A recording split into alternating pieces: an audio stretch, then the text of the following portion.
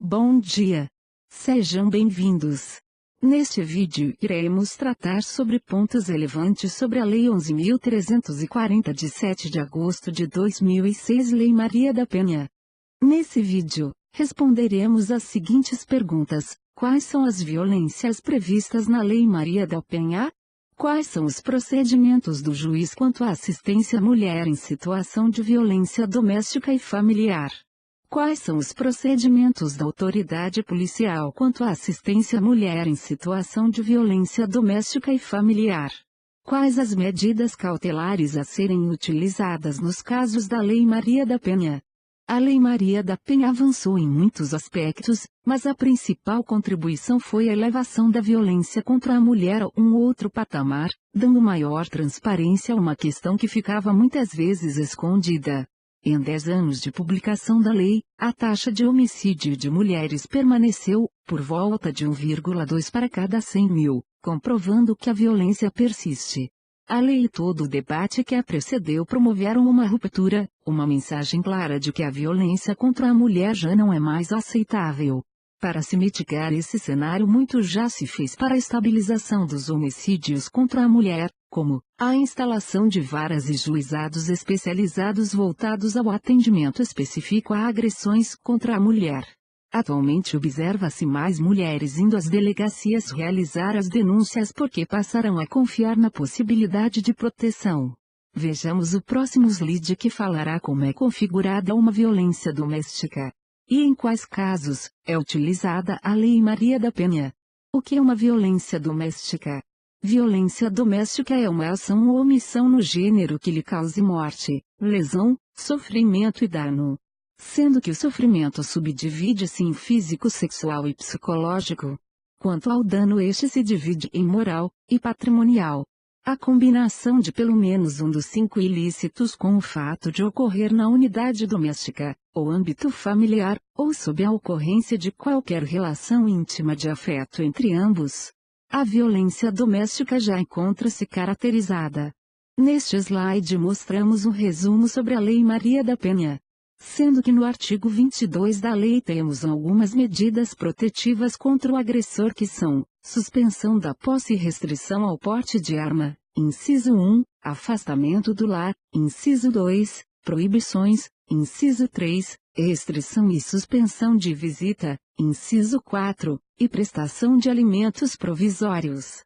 Temos também o artigo 20 referente à prisão preventiva, art. 12 procedimento policial para atendimento de violência doméstica. E os tipos de violência doméstica, contido no artigo 7º da mesma lei. Nesta ilustração temos um resumo esquemático da Lei 11.340 de 7 de agosto de 2006. Sendo que de baixo para cima temos o artigo 7 que irá discorrer sobre as violências abrangidas pela lei, que são 5 física, psicológica, sexual, patrimonial e moral. Esse esquema serve para mostrar a quem compete a decretação de prisão preventiva nas etapas do inquérito policial e na ação penal. Quando falamos do juiz, cabe a ele decretar a prisão preventiva em ambas as etapas, tanto no inquérito, quanto na ação penal. Já a autoridade policial poderá apenas fazer por via de requerimento no período do inquérito policial. No caso da Lei Maria da Penha, o inciso utilizado para a decretação de prisão preventiva do agressor é o inciso 3, como encontra-se marcado no slide. A assistência a mulheres em situação de violência doméstica é dividida em juiz, Ministério Público, MP, e autoridade policial. No que diz respeito à assistência à mulher em situação de violência doméstica e familiar, cabe ao juiz assegurar à mulher em situação vulnerável a preservação de sua integridade. Além disso, determinará, por prazo certo, a inclusão da mulher em situação de violência doméstica e familiar no cadastro de programas assistenciais do governo federal, estadual e municipal.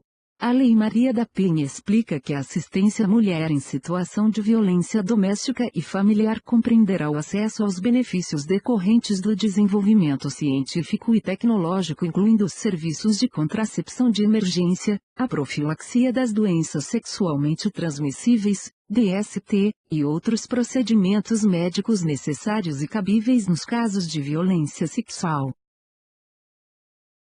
No que diz respeito à assistência à mulher em situação de violência doméstica e familiar no âmbito da autoridade policial, pode ser dividida basicamente em duas providências: a garantia de proteção policial, comunicando de imediato ao Ministério Público e ao Poder Judiciário. E o segundo seria encaminhamento da ofendida para os hospitais, postos de saúde, Instituto Médico Legal para a realização de tratamento médico, assim como realização de exames de perícia. É importante ressaltar que atualmente, existem delegacias especializadas em crimes contra a mulher que dispõem de uma estrutura de acolhimento das vítimas, e equipe multidisciplinar para atendimento. Nesse slide temos algumas medidas cautelares que se encontram previstas no artigo 319 CPP. Dentre essas, as que são mais utilizadas quando falamos em casos com utilização da Lei Maria da Penha são as do inciso 3, proibição de manter contato com pessoa determinada. Inciso 2, proibição de acesso ou frequência a determinados lugares, quando por circunstâncias do fato. Vejamos algumas questões a mais sobre o assunto. Vejamos a seguinte afirmação: nada obsta a aplicação, nos casos de violência doméstica e familiar contra a mulher, de penas de cesta básica ou outras de prestação pecuniária, bem como a substituição de pena que implique o pagamento isolado de multa.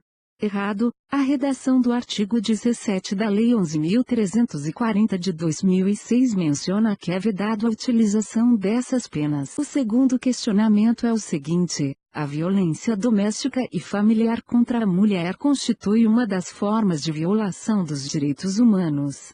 Certo, essa afirmação é a redação exata do artigo 6 da Lei 11.340 de 2006.